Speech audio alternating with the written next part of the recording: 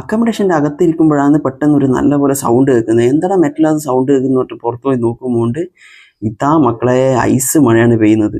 നമ്മളിപ്പോൾ തുർക്കി ഇസ്താൻബുളിലാണ് ഉള്ളത്. സോ അവിടെ എത്തുമ്പോഴേക്കും ഇങ്ങനെയായിരുന്നു അവസ്ഥ. ദുബായിലൊക്കെ ഉണ്ടാകുമ്പോൾ എന്ന് പറഞ്ഞാൽ ഭയങ്കര ചൂടായിരുന്നു. പക്ഷെ നമ്മൾ ഇവിടെ വന്ന് നോക്കുമ്പോഴത്തേക്കും കുറച്ച് മലയൊക്കെ കാണുന്നുണ്ടായിരുന്നു. അതൊക്കെ എന്ന് പറഞ്ഞാൽ ഇപ്പോൾ കാണാണ്ടായി. കാരണം ഇങ്ങനെ മഞ്ഞിൻ്റെ ആ ഒരു അവസ്ഥ കാരണം വിൻഡും ഭയങ്കര വിൻഡാണ്. ഇത് ഐസ് നിറഞ്ഞിട്ട് ഇപ്പം നമ്മളെ കപ്പലൊക്കെ നിറയും തോന്നുന്നു. കാരണം അങ്ങനെയാണ് വിൻഡുള്ളത്. ശരി എന്നാൽ നമുക്ക് ശരിക്കും പോയിട്ട് ഒന്ന് പുറത്ത് പോയി നിന്ന് നോക്കാമെന്ന് പറഞ്ഞു കഴിഞ്ഞാൽ ഞാൻ പുറത്ത് വന്നു. എന്നിട്ട് പുറത്ത് വന്ന് നോക്കുമ്പോൾ ഇതാ അവസ്ഥ. ഐസാണെങ്കിൽ കണ്ണിലും മൂക്കിലും വായിൻ്റെ അകത്തും എല്ലാം കുത്തിക്കയറുന്നുണ്ട്. അതുകൊണ്ട് കൂടുതൽ സമയം നിൽക്കാൻ പറ്റില്ല. പിന്നെ തണുപ്പാണെങ്കിൽ ഭയങ്കര കൂടുതലാണ്.